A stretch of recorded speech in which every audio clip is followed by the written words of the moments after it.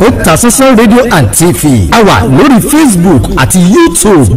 ọ̀pọ̀lọpọ̀ ìpè òun ni mo ti ń gbà lọ́dọ̀ àwọn olólùfẹ́ wa lórí ìkànnì yìí wípé ṣé kò sí ojúṣe kan tàbí àwọn ojúṣe fún àwọn Ọ̀yọ́mèsì pàápàá jùlọ ẹni tó jẹ́ olórí àwọn Ọ̀yọ́mèsì ìyẹn Basọ̀run tìlú Ọ̀yọ́, ṣé kò sí ipa tàbí ojúṣe kan tí wọ́n máa ń kó lásìkò tí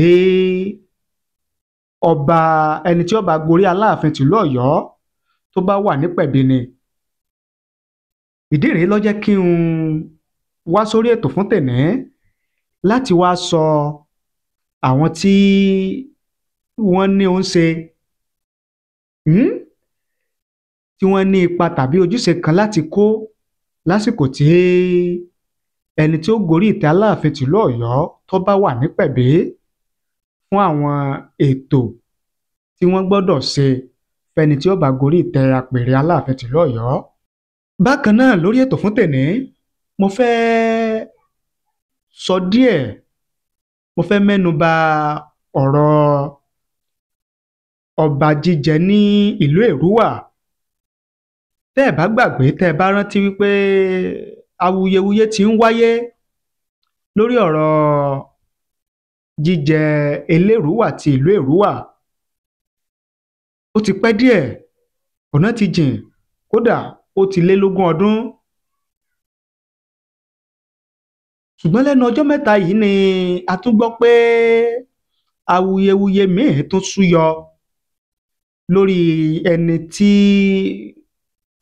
wọ́n tún gbọ́ pé tó fẹ́ gorí ìtẹ́ ọba Elérúwà ti ìlú Èrúwà. Ṣùgbọ́n àwọn ọ̀jọ̀gbọ́n, àwọn onímọ̀, àwọn olóye, àwọn òǹwòye àwùjọ wọ́n sọ̀rọ̀ nípa jíjẹ ọba Elérúwà ti ìlú Èrúwà àti ipa gómìnà Olúwaṣèyí Mákindé, gómìnà ìpínlẹ̀ Ọ̀yọ́, lórí ìgbésẹ̀ jíjẹ Elérúwà ti ìlú Èrúwà àti táwọn èèyàn ń sọ. Mo fẹ́ kẹ́ ẹ farabalẹ̀ kí n mú wá fún yín lórí ètò fún tèmi náà ni. Ṣùgbọ́n kí n tó wá tẹ̀síwájú, ẹ jẹ́ kí n dókè lọ́hùn-ún ká wò ó, ká gbọ́ ohun tí wọ́n ní fún wa. Tá a bá wá padà dé, ká wá tú pẹ̀rẹ̀pẹ̀rẹ̀ ọ̀rọ̀ eléyìí tí a mú wá fún tòní. Ẹ ṣé o bẹ́ẹ̀ ṣe ń wò wá, ẹ ṣé bẹ́ẹ̀ ṣe ń gbọ́ wa. Ṣùgbọ́n ṣá ẹ má tí ì lọ, à ń padà bọ̀. Ológun lógun mo ti mọ̀, màmá jẹ́ ń gbógun lọ. Ológun lógun mo ti mọ̀, màmá jẹ́ ń gbógun lọ. Ayùhá ẹ̀ ò gbọ́ bí bọ́nà bá dé gágá tó dé gàgà. Tí ìṣòro ń gorí ìṣòro, tá ìṣòro ẹ̀ ní kọ̀ lára ẹ̀dá. Ọlọ́run ọba là á ké pè tọrọ fi ń dayọ̀. Ìwọ náà wá béèrè ohun tó fẹ́ lọ́wọ́ Ọlọ́run ọba Allah. Nínú ìjọ Bismillah wal Qudratullahi Islamic Society Kudu Islam, àsàlátù gbogbo ìgbà pẹ̀lú àdúrà tó sátòrò ni wọ́n fi ń béèrè oore lọ́wọ́ Ọlọ́run ọba Allah. Gbogbo ọjọ́ ìkú Sunday lọ́jọ́ àsàlátù wọn. Bẹ̀rẹ̀ láago 9 àárọ̀ 9 a.m. Alẹ́ ọjọ́ Jímọ̀ làkànṣe àdúrà òru Tahajjud máa ń wáyé mọ́júmọ́ Saturday. Ẹni tó fẹ́ bọ́ lọ́wọ́ ogun ṣẹ́gun gborí ọ̀tún lọ́wọ́ Ọlọ́run ọba Allah kò ní sàsọ̀ falala. Ilé ìjọ Bismillah wal Qudratullahi Islamic Society Kudu Islam wà ní Asorafila Kájọlá community Ìkòyí Ọ̀ṣun níjọba ìbílẹ̀ Ìṣọ̀kan ìpínlẹ̀ Ọ̀ṣun. Níbi yòówù tí ẹ bá wà ẹ lè máa jàǹfààní àdúrà ojoojúmọ́ lójú òpó WhatsApp line Sheikh Muhyiddin Hamzat Asora. Nọ́mbà yìí lówó bẹ́ẹ̀ tààràtà fún àdúrà àti ìtọ́ni 08068669083 tàbí 08051380579. Ìwọ náà máa bọ̀ àdúrà ẹ̀ ó gbà. Ẹ káàbọ̀ padà. Tajudeen Olówó Òkèlè orúkọ tèmi, nájú ẹkùn tí bọdẹ lẹ́rù ní gbogbo ìgbà. A kí gbogbo ẹ̀yin lólùfẹ́ wa tẹ́ ń wò wá, tẹ́ dẹ̀ ń gbọ́ wa káàkiri àgbáláyé lórí ìkànnì wa, ìkànnì yín Otasansan TV. Ojú tẹ́ fi ń wò wá kò ní fọ́, etí tẹ́ fi ń gbọ́ wa kò ní di láṣẹ Èdùmàrè. Ìbànújẹ́ ó kéré ni, ó tóbi ni, kò ní jẹ́pin wa lágbára Adẹ́dàá. Gẹ́gẹ́ bí mo ṣe pàjùbà rẹ̀ níbẹ̀rẹ̀ ètò, lára àwọn tí wọ́n lè rí kábíyèsí ẹni tí ó gorí ìtẹ́ Aláàfin tìlú Ọ̀yọ́ lásìkò tó bá wà nípẹ̀bí, àwọn tí wọ́n lè rí òun ni mo fẹ́ mú wá fún yín gẹ́gẹ́ bí ọmọ ọba arẹwà, ọmọ Aláàfin Àbá Adéyẹmí gẹ́gẹ́ bí ó ṣe kọ sójú òpó Facebook rẹ̀. Ó yànnàná àwọn irúfẹ́ àwọn èèyàn tí ó lè yọjú sí ẹni tí ó gorí ìtẹ́ Aláàfin tìlú Ọ̀yọ́ nínú ìpẹ̀bí lásìkò tí àwọn ètùtù àti àwọn ìṣẹ̀ṣe kan tó bá ń lọ lọ́wọ́. Gẹ́gẹ́ bí arẹwà ọmọọba Adébímpé Ládìgbòlù gẹ́gẹ́ bí ó ṣe kọ, ó ní during the ìpẹ̀bí ritual, access to the Aláàfin is restricted to certain individuals and groups.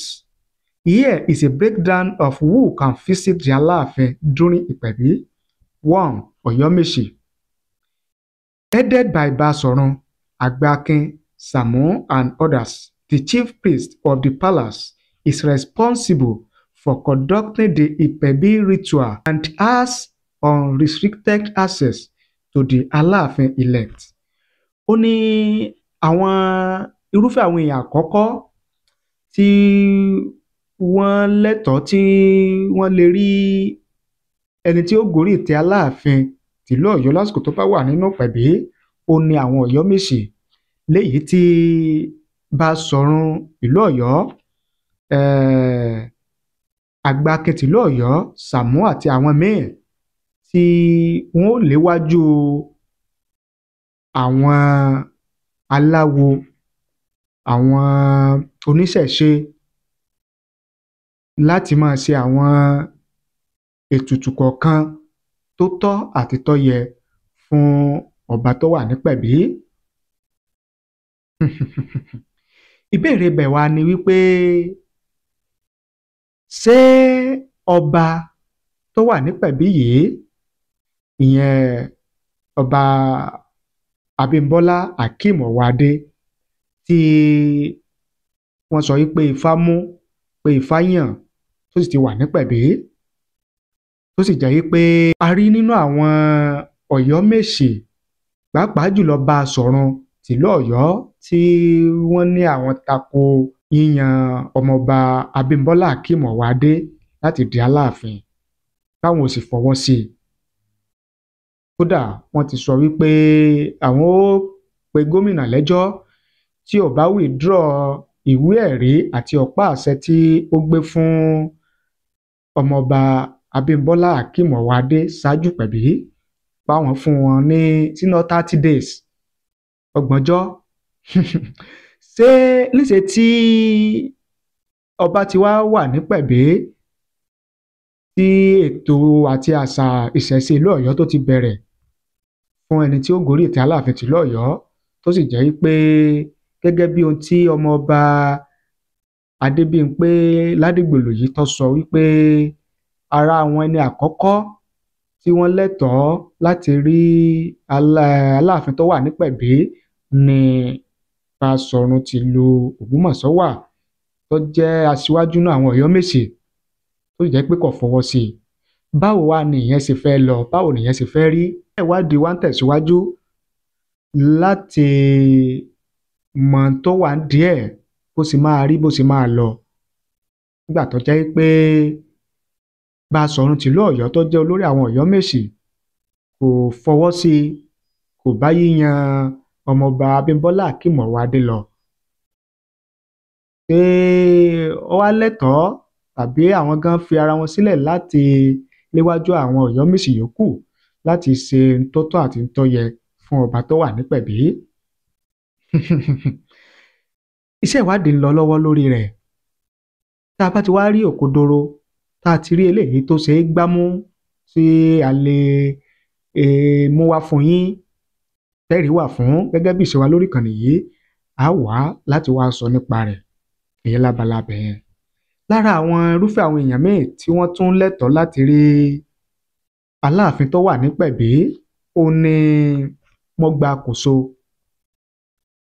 The Ọ̀nà Mọ́gbàkòso, a high-ranking chief, may visit the Aláàfin elect during ìpẹ̀bí to provide support and assistance. Wọ́n ní Mọ́gbàkòso àwọn náà wọ́n lẹ́tọ̀ọ́ láti rí ọba Aláàfin tó wà nípẹ̀bí, torí pé tá a bá ń sọ nípa ìgbésẹ̀ yíyan Aláàfin tìlú Ọ̀yọ́, jíjẹ Aláàfin tìlú Ọ̀yọ́, gbígbé adé Ṣàngó, adé ìṣẹ̀ǹbáyé fún Aláàfin tìlú Ọ̀yọ́. Ipa tí mo gbà àkóso ń kó kìí ṣe kékeré, torí mo wò ó nígbà kan nínú ìfọ̀rọ̀wérọ̀ tí àwọn oníròyìn ṣe fún mo gba àkóso nílùú Ọ̀yọ́ nígbà náà, ni wípé àti lè pe Aláàfin ní Aláàfin àfi ìgbà tí mo gba àkóso bá tó gbé adé Ṣàngó lé Aláàfin lórí ká tó lè pe Aláàfin ní Aláàfin. Ẹ wò ó, kí n má pọ̀ lọ́rọ̀, ẹ jẹ́ kí n mú wá fún yín ìfọ̀rọ̀wérọ̀ kan táwọn oníròyìn tí wọ́n ṣe fún olóyè mo gba àkóso nílùú Ọ̀yọ́. Ìjágun tó sọ. Orúkọ tèmi ni Chief Oyèdèmí Olútúndé Oyèlọ́wọ̀ tí wọ́n gba ayé mọ̀ sí mo gba àkóso Ọ̀yọ́. Mo gba àkóso ní ẹni tó jẹ́ pé òun ní mójútó Ṣàngó, amójú Ṣàngó, tó jẹ́ pé Aláàfin Ọ̀yọ́ ọmọ bíbí inú Ṣàngó ni. Ẹni yòówù tí ó bá sì di kábíyèsí lọ́yọ̀ọ́, mo gba àkóso ní ó gbé adélé lórí kó tó di pé yóò dọ̀ba. Nígbà tó bá di pápákọ̀ bá tó tí wọ́n bá mú wá pé tọ̀ olóyè ni o ò ní tì máa ṣe kábíyèsí fún mi títí ń bọ̀. Nígbà bá tó débi yìí tá a tó mú wọnú ilé yìí, mo gba àkóso mú wọnú ilé tá a mú lọ ọ̀kan yìí, mo gba àkóso bá sọ̀rọ̀ fún tán tó di wípé mo gbé adélé lórí tó bá ẹgbẹ́ òun jáde. Nígbà náà ló tó di kábíyèsí gbogbo ayé tó hó ṣẹ̀kẹ̀rẹ̀ gbogbo ìlú gbáà ni ó tó sọ ọ̀rọ̀ tó bá sọ ńgbà náà ó ti dà sẹ́nu. Gẹ́gẹ́ bí ọ̀rọ̀ tí mo gba àkóso tó sọ nípa ojúṣe tó ní nípa jíjẹ Aláàfin àti yíyan Aláàfin tìlú Ọ̀yọ́, òun lẹ ti gbọ́ yẹn. Gẹ́gẹ́ bí ọmọọba Adébímpé Ládìgbòlù bó ti tẹ̀síwájú nínú ọ̀rọ̀ rẹ̀, àwọn ẹnì kẹta, irúfẹ́ àwọn èèyàn kẹta tí wọ́n lẹ́tọ̀ọ́ tí wọ́n lè rí Aláàfin tó wà ní pẹ̀bí ni láti rí olórí oníṣẹ̀ṣe. Ó ní a trained Ifa priest such as Olúwo Àràbà may visit the Aláàfin during ìpẹ̀bí to provide spiritual guidance and support. Irúfẹ́ àwọn èèyàn kẹrin tí ọmọọba Adébímpé Ládìgbòlù tí ó ṣàlàyé láti rí àwọn olórí. Ó ní àwọn olórí náà ní ẹ̀tọ́ láti rí Aláàfin tó wà nípẹ̀bí níwọ̀n ìgbà tí wọ́n bá ti gba àṣẹ lọ́dọ̀ àwọn tí wọ́n bá wà ní ìṣàkóso rírí Aláàfin tó wà nípẹ̀bí, pé aya Aláàfin, ìyàwó Aláàfin ó lẹ́tọ̀ọ́ láti rí Aláàfin lásìkò tó bá wà nípẹ̀bí, gẹ́gẹ́ bí ọmọọba Arẹwà Adébímpé Ládìgbòlù gẹ́gẹ́ bó ṣe ṣàlàyé òun nìyẹn. Lórí ọ̀rọ̀ tí ọ̀jọ̀gbọ́n Wándé Abímbọ́lá, ọ̀rọ̀ tí wọ́n tún ṣẹ̀ṣẹ̀ sọ fún àwọn òǹkọ̀wé, àwọn onígègé àrà, àwọn òǹwòye àwùjọ lórí ipa tí wọ́n kó lórí yíyan Aláàfin tuntun fúnlùú Ọ̀yọ́, bí gómìnà bó ṣe kàn sí wọn láti bi Ifá léèrè láti mú ẹni tí ó tọ́ tó yẹ láti bọ́ sórí àpèrè Aláàfin tìlú Ọ̀yọ́ nínú àwọn ọmọ ọba tí wọ́n fìfẹ́ hàn láti bọ́ sórí àpèrè yẹn. Oríṣiríṣi àwọn èèyàn ni wọ́n ti wá ń wòye, wọ́n ti ń fi èrò àti ìwòye tí wọ́n hàn lórí ọ̀rọ̀ tí bàbá sọ, ìyẹn bàbá Wándé Abímbọ́lá. Ṣùgbọ́n kí n tó mú èrò àti ìwòye àwọn èèyàn wá fún yín, kókó méjì òun náà ni mo fẹ́ kí ẹ jẹ́ kí a fòye wò nínú ọ̀rọ̀ bàbá Wándé Abímbọ́lá tí wọ́n sọ. Àkọ́kọ́ ni wípé láti ìbẹ̀rẹ̀ pẹ̀pẹ̀, láti ìgbà wáṣẹ̀, látayébáyé, òun ni wọ́n ti bi Ifá léèrè láti yàn fún ìlú ẹni tí yóò bọ̀ sórí ìtẹ́ àpèrè ọba nílẹ̀ Yorùbá. A lè sọ àṣà bòmíì, ṣùgbọ́n nínú àṣà ilẹ̀ Yorùbá, Ifá là á bi léèrè pé ó wá lè má jẹ́ ìgbésẹ̀ àkọ́kọ́ tàbí ìgbésẹ̀ kan gbòógì tí wọ́n máa ń tẹ̀lé o nínú ìlànà o, ṣùgbọ́n dandan ni kí wọ́n bi Ifá léèrè pé ntí Ifá sọ ni wọ́n máa ń tẹ̀lé nínú yíyan ẹni tí ó bọ̀ sórí ìtẹ́ àpèrè ọba nílẹ̀ Yorùbá. Àkọ́kọ́ nìyẹn. Ẹ̀kejì ó ní bí gómìnà ìpínlẹ̀ Ọ̀yọ́ Engineer Olúwaṣèyí Mákindé bí bàbá ti sọ wípé gómìnà ló kàn sí àwọn láti bi Ifá léèrè, láti dáfá, láti gbé ọ̀pẹ̀lẹ̀ sánlẹ̀, láti mọ ẹni tó tọ́ nínú àwọn ọmọye tí wọ́n fìfẹ́ hàn láti di Aláàfin tìlú Ọ̀yọ́, pé gómìnà ló pa wọn, pé kì í sì jẹ́ pé nǹkan táwọn dá ṣe, wípé àwọn Ọ̀yọ́mèsì náà mọ̀ nípa ìgbé báwọn ṣe dífá, báwọn ṣe bi Ifá léèrè, ṣùgbọ́n látàrí wípé àárín àwọn Ọ̀yọ́mèsì òtò kò gún mọ́ ni ó ń fa wuyewuye tí ó ń padà súyọ yìí, torí pé ẹni tí àwọn igun kan fẹ́ nínú àwọn Ọ̀yọ́mèsì ikọ́ ni Ifá mú, èyí tó di wàhálà tó di rántó nìyẹn. Ó sì jẹ́ pé àjọsọ kan ó ti wáyé láàrin àwọn Ọ̀yọ́mèsì tí wọn ò fara mọ́ ọmọọba Akeem Ọwọ́adé, látàrí wípé àjọsọ kan ti wà láàrin wọn àti ọmọọba kan tó jẹ́ pé òun ni wọ́n fẹ́ lájẹ́ kó bọ́ sórí àpèrè Aláàfin tìlú Ọ̀yọ́, pé yẹn ló di wàhálà ló di rántó. Kókó méjì wọ́n fẹ́ ká fàyọ ni wípé fúnra wọn ní ìjọba ló yan warrant chief láti rọ́pò àwọn tí wọn ò sí láyé mọ́ nínú àwọn Ọ̀yọ́mèsì, àwọn méjì tí wọn ò sí láyé mọ́ nínú àwọn Ọ̀yọ́mèsì, láti rọ́pò wọn. Tí àwọn méjì, àwọn warrant chief méjì yẹn tí wọ́n wá kún àwọn méjì nínú àwọn Ọ̀yọ́mèsì tí wọ́n wà láyé tí wọ́n fi jẹ́ mẹ́rin, pé àwọn mẹ́rin yẹn ni wọ́n mọ̀ sí báwọn ṣe padà dífá, tó sì jẹ́ pé Ifá sọ wípé ọmọọba Abímbọ́lá Akeem Ọwọ́adé ni. Àwọn àkíyèsí tí mo fẹ́ kẹ́ jẹ́ ká kíyèsí nìyẹn. Àti wípé àwọn èèyàn wá ń sọ, pàápàá jùlọ àwọn igun Ọ̀yọ́mèsì tí wọn ò fara mọ́ tí Ifá wí yẹn, wípé kò sí nínú ìwé àti ìlànà tí ìlú Ọ̀yọ́ máa ń tẹ̀lé, tàbí nínú ìwé àti ìlànà jíjẹ oyè nílùú Ọ̀yọ́, àní ìpínlẹ̀ Ọ̀yọ́ gan generally, ti ọdún 2000, wípé dandan ni kí àwọn bi Ifá léèrè, Ifá ni ó yàn fáwọn, pé kò sí nínú ìwé àti ìlànà ìwé jíjẹ ọba tàbí oyè nílùú Ọ̀yọ́. Ṣùgbọ́n àwọn èèyàn, àwọn ìwòye, àwọn aráàlú, àwọn náà fi èrò àti ìwòye tí wọ́n hàn lórí àwọn àlàyé ọ̀jọ̀gbọ́n Wándé Abímbọ́lá. Kí làwọn èèyàn wí? Kí ni àwọn èèyàn ń sọ? Adéwálé Adéolú, àwọn ní ìbéèrè tèmi ni wípé ta ni ó yan àwọn aláàfin tí ó ti jẹ síwájú? Ẹni béèrè táwọn ní tiwọn nìyẹn.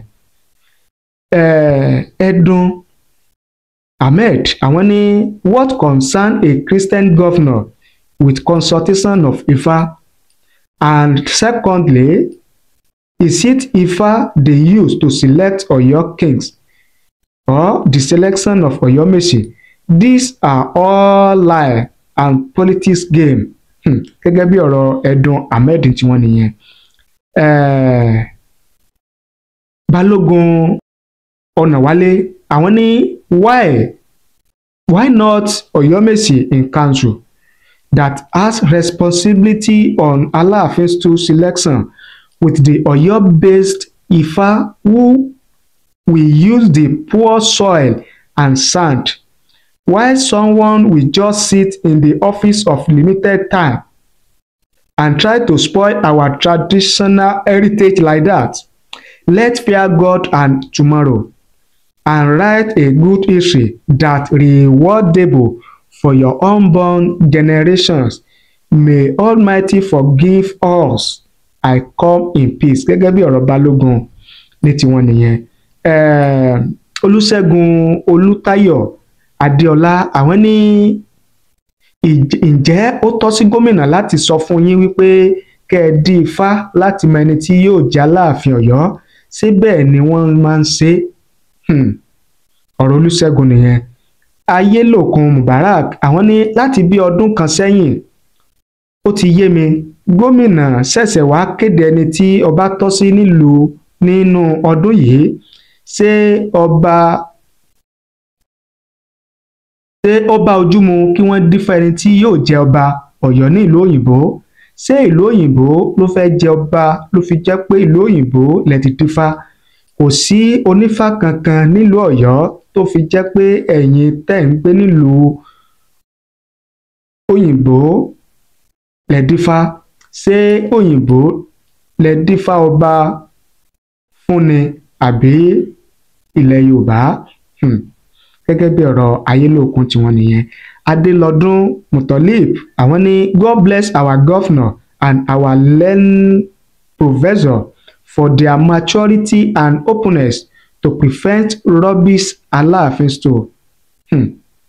To prevent rubbishing Aláàfin stool gẹ́gẹ́ bí ọ̀rọ̀ Adélọ́dún nìyẹn. Adélọ́dún Felicia Adétúnjí àwọn ní Muslim governor supposed to do it àbí kí lẹ̀ ń sọ ó dà kí wọ́n dẹ́ nìkan lónìí ní tiwọn. Ọládìbú Àyìndé àwọn ní Ọ̀yọ́ Mèsì mélòó ní ń bẹ ní Ọ̀yọ́ ta ni ó láṣẹ láti pe babaláwo láti dá ifá àbí ìlú Ọ̀yọ́ kò ní adífálà ìlú Ọ̀yọ́ ni. Wándé Abímbọ́lá gan fi ọ̀pẹ̀lẹ̀ ṣèké ohun tí ifá gómìnà ti bọ̀yín lẹ́nu lẹ gbé jáde. Ẹ wá búra ní ìdí ògún lákàyé èló ni gómìnà gbé fún yín lórí iṣẹ́ ara yín tí ẹ jẹ́ yìí ìjẹkújẹ ni yóò pa àwọn àgbàlẹ̀ Yorùbá gẹ́gẹ́ bí èrò Ọládìbú Àyìndé nìyẹn.